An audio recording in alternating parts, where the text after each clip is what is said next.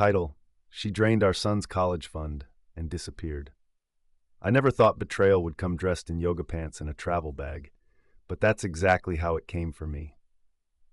It was a quiet Tuesday afternoon.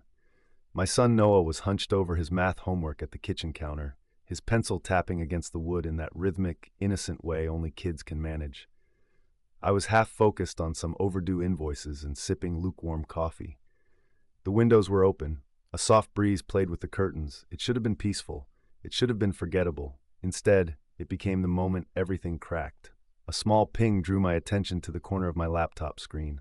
Alert, college fund balance critically low. Weird. I clicked. Probably a glitch. It wasn't. Balance, dollars, gone. Not just low, gone. 6 years of sacrifice. Every Christmas we didn't travel. Every birthday I DIY'd. Every dollar we'd saved so our son could go to college without debt. Wiped clean in an instant. My first instinct was denial. There had to be a mistake. A bank error, some weird technical issue. But the deeper I dug, the colder the truth became. Wire transfers. Exact amounts, outgoing, authorized. Melissa, my wife, the woman I built everything with, the mother of our 10-year-old son, gone. I called out for her once, then louder. No answer. Her car was gone too. I texted. The message didn't even deliver. Something inside me started unraveling. I opened our shared credit card account. That's when my hands started shaking. Hotel rooms in Miami, a pair of first-class tickets, dinner at a rooftop sushi bar, spa packages, designer clothes. Thousands, tens of thousands burned in just days. I stared at the screen, numb. The dates matched up perfectly with the days she said she was working late.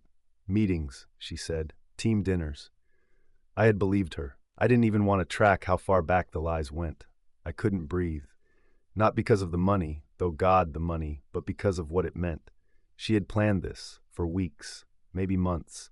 She looked me in the eye and lied every day. And now she was gone. With him. I didn't even know his name yet, just whispers, a guy from corporate, some consultant, the same guy who started popping up in her stories, in casual anecdotes about work. I never even thought to ask more. I trusted her. I don't know how long I stood there, staring at that empty balance, the cursor blinking like a pulse I couldn't find anymore. That's when Noah looked up from his workbook and said softly, "It's okay, Dad." I turned. I must have looked destroyed, because his face softened the way kids do when they see grown-ups fall apart. "I fixed it," he said, with a calmness that didn't match his age. I wanted to smile, to believe he was just trying to comfort me in the way a 10-year-old might, offering hope without fully grasping what was wrong. But something about the way he said it, so steady, so sure, it gave me chills. Hours later, Melissa still hadn't called.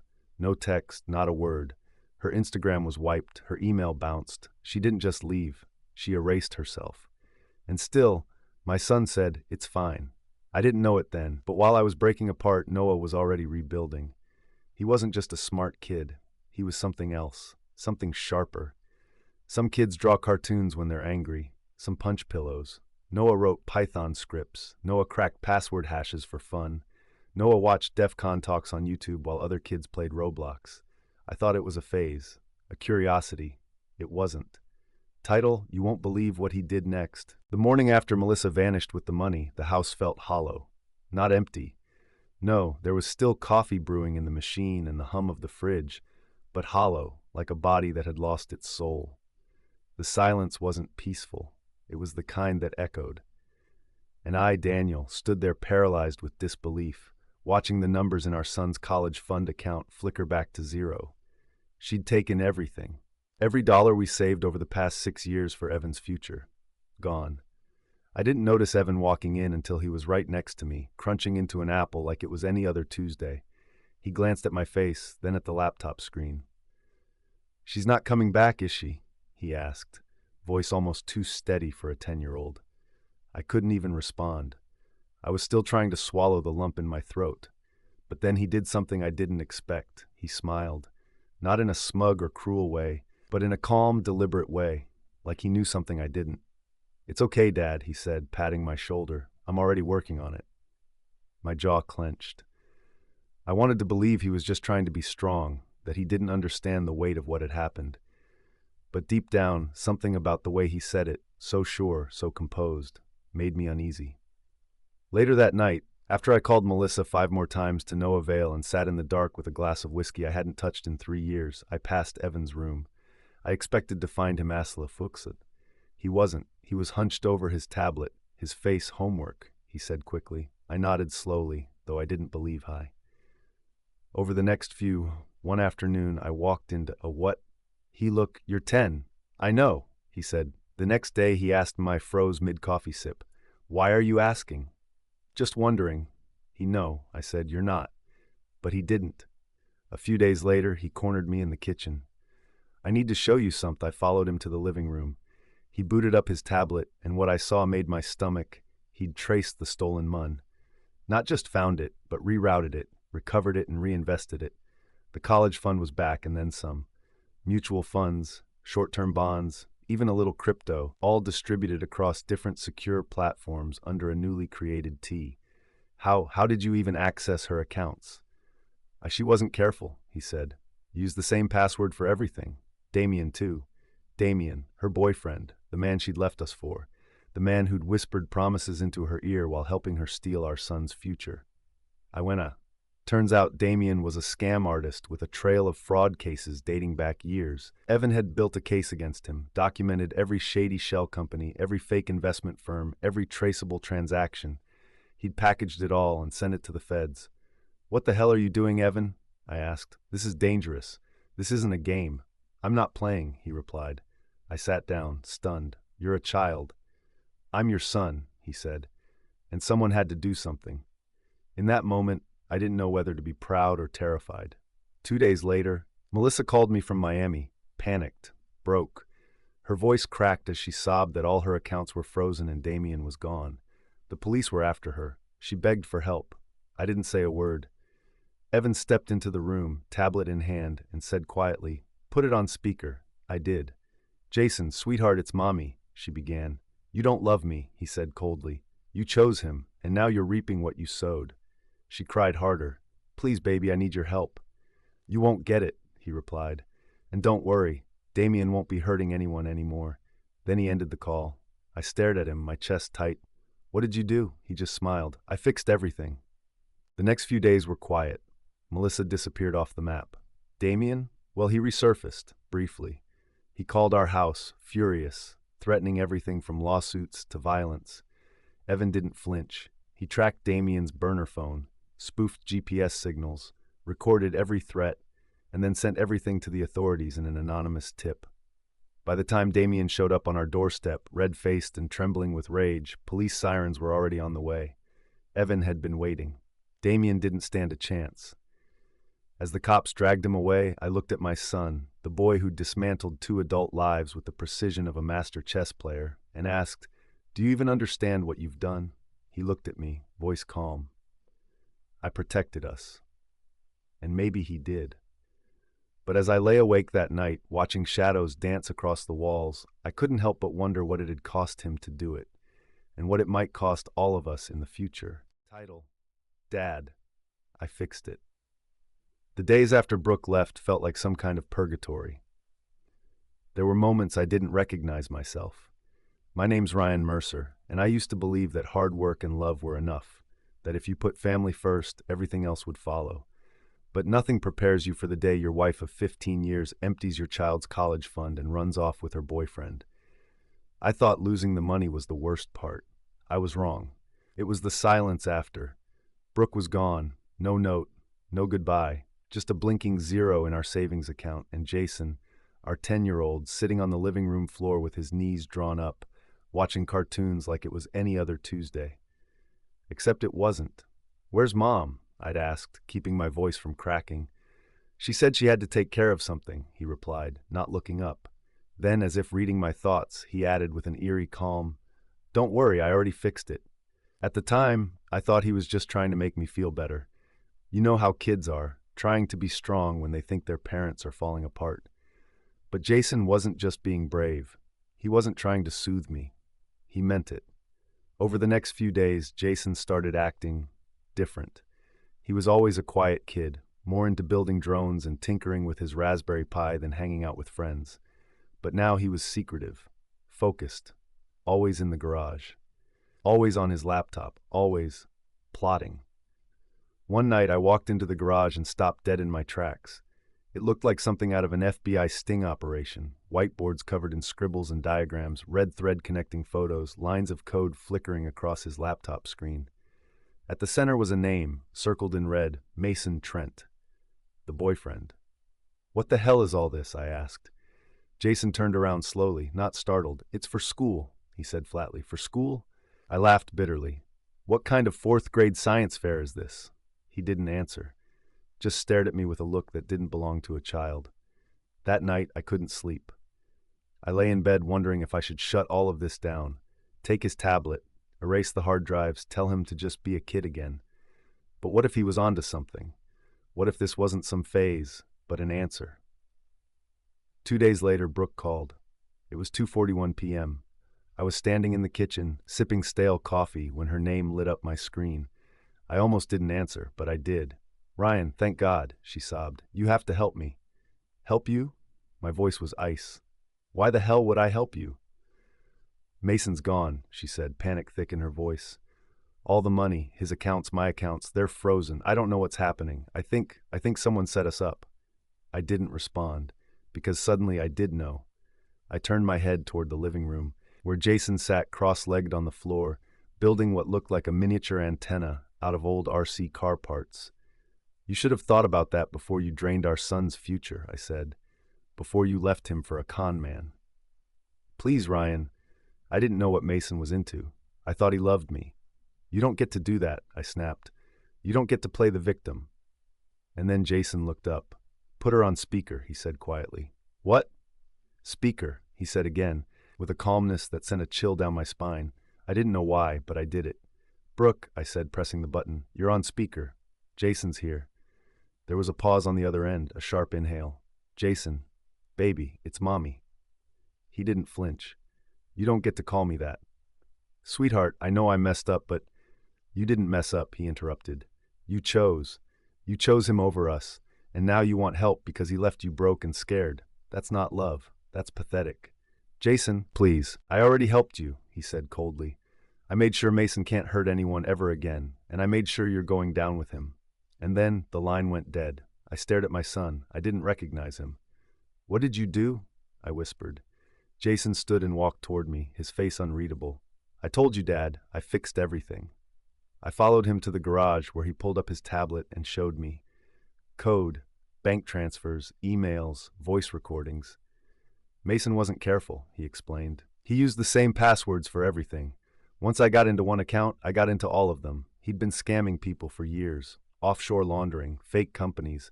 I reported it all to the FBI, and I made sure Mom was connected to it too. Her name's on the wire transfers. She's part of it." You framed your mother?" "I exposed her," he said calmly. "There's a difference." My knees went weak. "That's not just fixing something, Jason. I paused, my throat dry. "That's dangerous." "She was dangerous," he snapped. "You just didn't want to see it. I protected us. I did what you couldn't." He walked away, leaving me alone with the screen still glowing. Later that week, Mason showed up at our door. He looked rough, beard unkempt, clothes disheveled, eyes wild with panic. "Where is he?" he barked, pushing past me. Jason stood in the hallway, arms crossed, utterly unshaken. "You ruined my life, you little freak." Jason didn't even blink. "You ruined it yourself." Before Mason could take another step, sirens blared outside. Blue and red lights danced across the windows. Jason smiled, small, cold, confident. "I sent a copy of your threats to Homeland Security," he said. "You're going away for a long time." The police burst in seconds later. Mason was dragged out, screaming. I stood frozen. Jason turned to me, the light from his tablet glowing on his face like something out of a sci-fi movie. "You're safe now, Dad." But I wasn't sure I was. Because safety wasn't just about Mason. It was about what my son had become, what he had to become, to protect us. The cake was still warm, but the truth was cold. The door swung open with a soft chime, and for a moment Marcus Wolf thought he had the wrong address. There was laughter, not the kind you hear at a celebration, but the kind you remember from high school hallways. Cold, whispered, mean. It was his son's 10th birthday, July 7th, a Saturday scorched by summer heat, the kind of day Marcus had circled on the calendar months in advance. He hadn't missed a birthday since Henry was born, not one. And despite the mounting tension with his wife, Vanessa, he figured they could put aside their issues for one day, for Henry. He walked in slowly, clutching a small, carefully wrapped box. The gift was modest, a model airplane they'd seen at the Smithsonian gift shop last fall. Henry had pressed his face to the glass for nearly 10 minutes, eyes wide with wonder. Marcus saved up for months and finally ordered it from a collector's site, refurbished and original. The card inside said, "To my co-pilot, love, Dad." But now, standing in the threshold of the event space Vanessa had rented, a sleek, modern warehouse with exposed brick walls and string lights overhead, he felt like an intruder. Vanessa was in the far corner, holding a flute of champagne, laughing too hard at something a man in a tight-fitted polo had just whispered in her ear. Marcus recognized him. Trent Jacobs, her co-worker, the one she only worked late with sometimes. Marcus blinked, hard. The smile on his face faded like a Polaroid left in the sun too long. No one had seen him yet, not even Henry. He looked around. Dozens of people, parents, kids, families. Everyone had already eaten. Crumbs and frosting smudged the tablecloth like an afterthought. The balloons were sagging. The gift table was nearly empty. And the cake was already half gone. A single corner still untouched like cruel taunt. He checked his watch. 3:28 p.m. The party invite had said 3:30. Vanessa had lied to him, deliberately. He walked forward slowly, feeling each step like it might betray him, as if the floorboards themselves would groan under the weight of his disbelief. The box in his hand grew heavier with every stride, like it knew what was coming. Finally, Henry saw him. "Dad?" his son said, halfway between joy and confusion. Every conversation around them died mid-sentence, like the air had been sucked out of the room. Marcus smiled, or tried to. "Hey, bud, happy birthday." Henry took a hesitant step forward, but then looked back at his mom, unsure. Vanessa had finally turned around. Her expression didn't flicker with surprise or guilt, just irritation, like he had embarrassed her by showing up. "I thought you said 4, Marcus said to her quietly, leaning in so Henry wouldn't hear. "I changed it. Thought you wouldn't make it anyway," she replied, sipping her drink, not meeting his eyes. Marcus's jaw clenched. He looked back at his son, who was still waiting, unsure whether to run into his dad's arms or stay close to his mom's cold silhouette. "I brought you something," Marcus said, lifting the box. Henry took it, unsure whether to smile. "Thanks, Dad." The room remained awkwardly silent. From the back, Trent let out a forced laugh. "Well, look who finally showed up," he said, voice smug and sharp. "Better late than never, huh?" Marcus turned slowly, staring him down. "Trent," he said flatly. "Marcus," Trent replied, lifting his glass in mock salute. "Let's not do this here," Vanessa muttered under her breath, stepping slightly between them, though not enough to hide the closeness she'd been standing in with Trent just moments earlier. Marcus swallowed his pride and looked around. "So I guess I missed cake?" Vanessa gave him a shrug, so nonchalant it burned. "We didn't think you'd make it." "I always make it," he said, his voice low. Henry tugged gently on his father's sleeve. "You want to see the rocket I built?" That cracked the ice, and Marcus managed a genuine smile. "Absolutely." They stepped into the corner, away from the adult whispers, where Henry had laid out his latest science fair obsession, a model launch pad with a 2-liter soda bottle fuel tank. As Henry explained every detail, Marcus knelt beside him, nodding, encouraging. The whole time his eyes stung with quiet devastation. He could handle betrayal.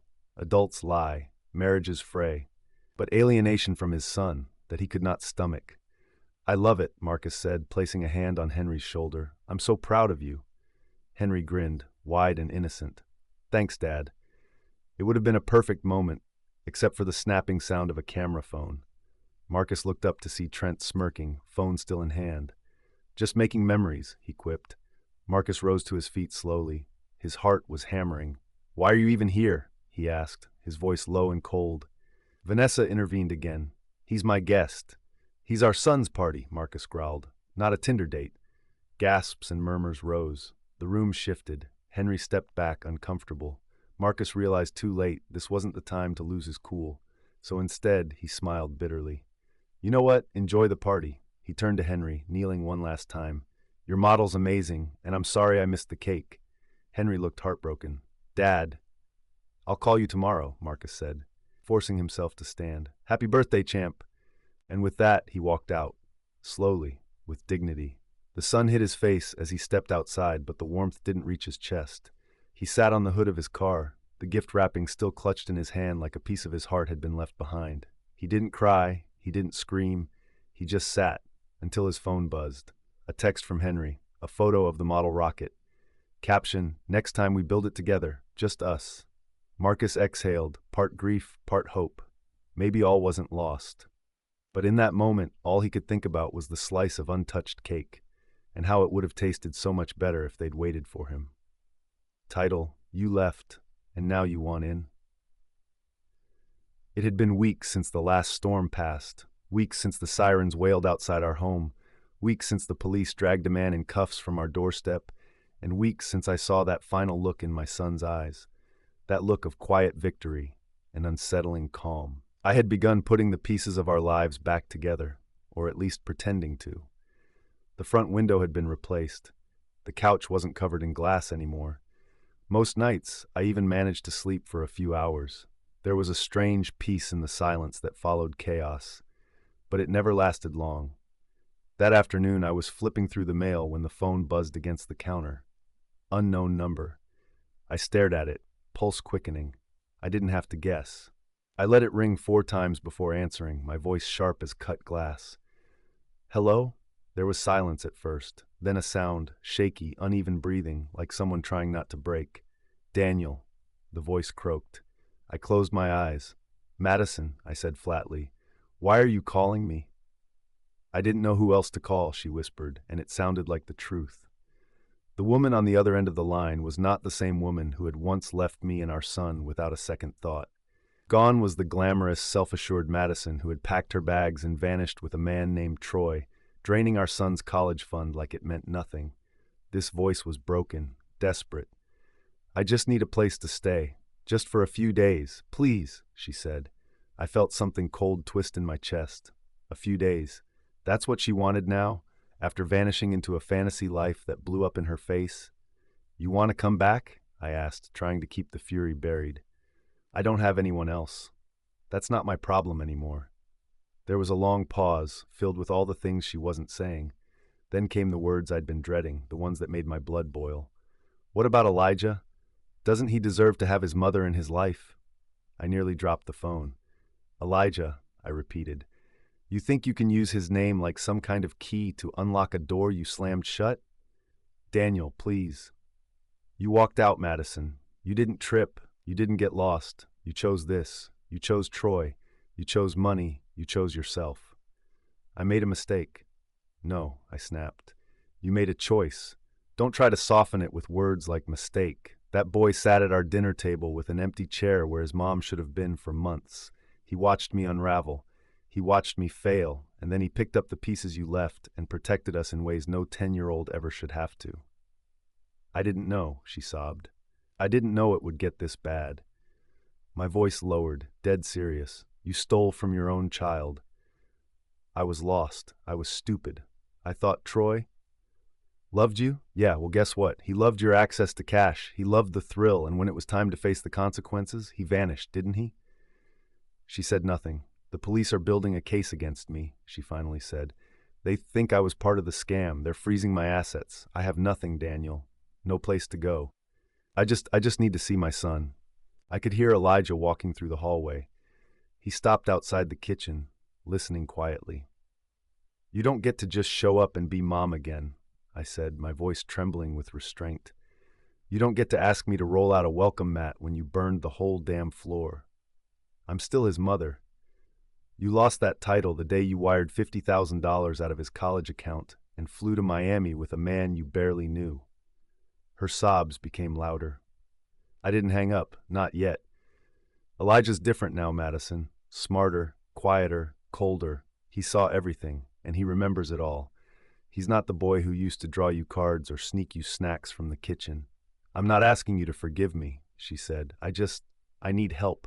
I need shelter. I need something. I gave you everything, I said quietly, and you threw it away. Don't think I'm going to ask our son to clean up your mess now. She tried again. Daniel, I've changed. Please. If not for me, for him. That was the last straw. You don't get to use him anymore. I ended the call. When I turned, Elijah was standing in the doorway. He looked exactly like her in that moment. Same eyes, same stare, but the fire behind his was colder. "Was that Mom?" he asked. I nodded. "She wants to come back," I said. He didn't blink. "Did you tell her no?" "I did." He nodded. "Good." There was no emotion in his voice, no sadness, just resolve. And that scared me. Later that evening, I watched Elijah from the living room as he sat at the dining table, calmly reassembling the circuit board for his robotics kit. He had headphones on, the quiet hum of lo-fi beats pulsing in the background. His fingers moved with the precision of a surgeon, cool and confident. He hadn't asked about his mom again. He didn't seem curious, not angry, just done. The truth hit me in waves. She was gone, and he had closed the door before I ever had to. Madison had not only burned her bridges, she'd erased the path back entirely. And now I was left standing between a broken woman on the edge of ruin and a child who was rapidly becoming something terrifyingly self-sufficient. At 10 years old, Elijah had dismantled a criminal's entire life, recovered stolen money, and coordinated a sting operation that left police stunned. And now? He sat across the room from me, eating a peanut butter sandwich like nothing had ever happened. I leaned back, unsure if I should feel pride or unease, maybe both. That night, just before bed, Elijah paused by my door. "Dad," he said. "Yeah, buddy? You're not mad at me, right, for not wanting her back?" I stared at him for a long moment. "No, I'm not mad at you." "Okay," he said, "because she made her choice and I made mine." He walked away, and I didn't sleep at all. Title: Something Inside Him Changed. I stood in the doorway of the garage, heart pounding, watching my son, my 12-year-old son, working in absolute silence beneath the flickering LED light. Wires, circuit boards, a tangle of tools, and a custom-built laptop glowed before him, like the cockpit of a spaceship. He didn't even flinch when the door creaked. He knew I was there. "Ethan," I said softly, "can we talk?" He didn't look up, just kept soldering, the sharp scent of burnt metal lingering in the air. "In a minute," he replied, voice steady. Too steady. I waited, because I was afraid to leave, and more afraid to push. It'd been 3 weeks since his mother, Caroline, drained his college fund and disappeared with her lover, an ex-banker named Damian Parks, the kind of man who wore $1,000 suits and smiled like a used car salesman with something to hide. Caroline had always been difficult, entitled, restless, but I never thought she'd take it this far, that she'd rob her own son blind, that she'd vanish without a trace. But Ethan, he didn't cry, he didn't scream, he didn't even ask questions. Instead, he built something. At first, I thought it was just how he coped. He'd always been good with tech, won a state robotics championship at 9, could take apart a drone blindfolded and put it back together before I could make toast. So when he retreated to the garage, I figured it was his safe space. But lately, something felt off, something deeper than grief, something colder. When Ethan finally looked up from his workstation, his eyes were unreadable. Not angry, not sad, just distant. "You okay?" I asked. He nodded, then set down his soldering pen with the kind of care that told me he wasn't finished, just pausing for my benefit. "You've been out here a lot," I said, glancing at the chaotic sprawl of gear. "Just want to make sure you're not burying stuff too deep." He gave a half shrug, wiping his hands on a rag. "I'm not burying anything, Dad. I'm solving it." A chill crawled up my spine. "Solving what?" I asked. "She broke something," he said. "And when something breaks, you fix it, right?" I nodded slowly, unsure what he meant and terrified that I might already know. "What exactly are you fixing?" He didn't answer right away. Instead, he pulled a tablet from a drawer, tapped through encrypted files like a cybercrime agent in a Netflix thriller, and showed me a cascading series of transfers. Numbers, names, account logs, surveillance clips, my ex-wife, her boyfriend, their Airbnb in Miami, hotel receipts, audio transcripts of their calls, even a GPS breadcrumb trail of their cross-state movements. I stared at the screen, breath frozen. "Ethan, how did you get all this?" He looked me square in the eye. "She made a mistake, Dad. She left her phone unlocked once, just once. That's all I needed." "Jesus Christ. You hacked her?" I whispered. "She hacked us first." There was no rage in his voice, no smug satisfaction, just raw calculation, like a surgeon outlining a heart transplant. I sat down hard on the garage bench, the concrete cold even through my jeans. My palms were sweating. This isn't, Ethan, this isn't normal. You're 12. Doesn't matter. It does matter, I snapped, louder than I meant to. You're not supposed to be handling this. I should have handled it. I'm the parent. Then why didn't you? He shot back, eyes suddenly sharp. You froze, Dad. You found the empty account, saw the plane tickets, and you just sat there. His words hit like a slap. I was shocked, I muttered. So was I, he said. I just didn't let it stop me. I couldn't argue, and that terrified me more than anything. What kind of kid becomes the adult in the room before puberty? You're not angry, I said. Not even hurt. I was, he said, folding his arms, for about 5 minutes. But anger doesn't fix anything. It's just noise. There it was again, that unsettling calm. A storm that never hit land. And the more I looked at him, the more I saw a stranger in my son's skin. Ethan, I began, choosing my words like diffusing a bomb. The things you've done, they're not just smart, they're dangerous, illegal. You've exposed people, tracked them. What if they come back? What if they hurt you? He smiled faintly. They can't, not anymore. And he said it with such confidence, I almost believed him. But something inside me screamed this wasn't over, that Caroline and Damien were just the beginning, that this boy, my son, had tasted control, precision, justice by his own rules, and it changed him. Ethan, I said carefully, promise me something. He tilted his head. Promise me you'll stop, that whatever you're planning next, you'll run it by me first. He hesitated, just long enough to make me sweat. Then he nodded, okay. But even then, I knew it was a lie. That night, I couldn't sleep. I lay in bed staring at the ceiling, thinking of Ethan's eyes. Not the color, those were mine. But the weight in them, the silence, that wasn't mine. That was something he got from her. The next morning, I made pancakes, just like I used to when he was 6. He came down, hair tousled, wearing that same gray hoodie with a worn NASA patch. Looked so young, so normal. I poured syrup over his plate and asked, "What are you working on today?" He chewed, then shrugged, just cleaning up loose ends. What kind of loose ends? He gave me a look, one I'd seen before. You don't want to know. And I didn't, because part of me already did. Title: The Quiet Before the Storm. The garage was too quiet. Even the hum of the overhead light seemed muted, like the air itself held its breath. Thomas Walsh stood in the doorway watching his son, Evan, crouched over a cluster of wires and blinking diodes. The boy was 11, barely tall enough to reach the top shelf in the pantry, but the intensity in his eyes could have belonged to a seasoned tech engineer. His fingers moved fast, methodically, like he was defusing a bomb rather than building one.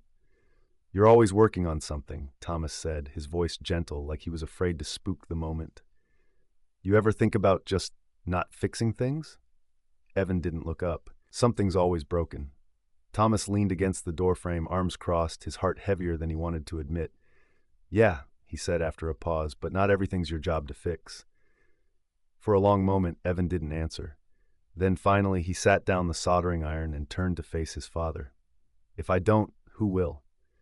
That question, it cracked through Thomas like ice. It wasn't the question of a boy. It was something older, worn down, weaponized. It all began weeks ago, when their world went sideways. Melissa, Evan's mother, Thomas's wife of 14 years, had wiped out their savings account, every cent of Evan's college fund, and vanished. She didn't leave a note. No explanation. Just gone. One moment she was making eggs in the kitchen.